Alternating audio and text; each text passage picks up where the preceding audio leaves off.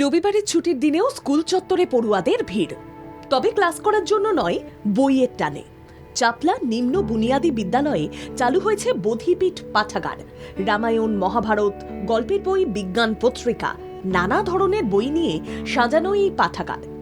লক্ষ্য একটাই, মোবাইলের প্রতি অতিরিক্ত আসক্তি কমিয়ে পড়ুয়াদের বহুমুখী করে তোলা। শুধু ছাত্রছাত্রীরাই নয়, সন্তানদের স্কুলে নিয়ে আসা অভিভাবকরাও অবসর সময়ে এখানে বই পড়তে পারবেন। ফলে স্কুলকে কেন্দ্র করে তৈরি হচ্ছে এক নতুন পাঠাভ্যাসের পরিবেশ।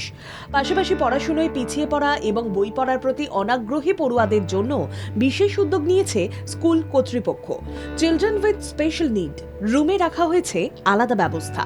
গল্পের বই ও সহজ পাঠ্যের মাধ্যমে ধীরে ধীরে তাদের পড়াশোনার প্রতি আগ্রহ বাড়ানোর চেষ্টা চলছে। স্কুলের প্রধান শিক্ষক শেখর হালদার জানিয়েছেন, বিদ্যালয়কে আরও শিশু বান্ধব করে তুলতেই এই উদ্যোগ। শিক্ষক, শিক্ষিকা এবং শুভানুধ্যায়ীদের সহযোগিতায় এই পাঠাগার গড়ে উঠেছে বলেও জানান তিনি। ব্যাপার বলতে আজ আমার স্কুলে 17তম বোধিপীঠ পাঠাগারের শুভ উদ্বোধন হয়েছে।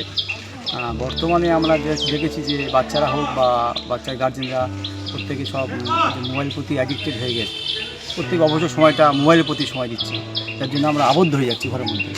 সেই চিন্তাভাবনা থেকে যাতে আমরা অবসর সময়ে আমরা মুক্ত মনে বইয়ের প্রতি একটু পড়াশোনা করতে পারি, আরও বেশি জানতে পারি, সেই জন্য এই পাঠাগারটা শুভ উদ্বোধন শুরু হয়েছে। পাঠাগারের উদ্বোধনী উপস্থিত ছিলেন মথুরাপুর 2 নম্বর ব্লকের বিভিন্ন স্কুলের শিক্ষক, শিক্ষিকা, স্কুল পরিদর্শক এবং বিশিষ্ট ব্যক্তিরা।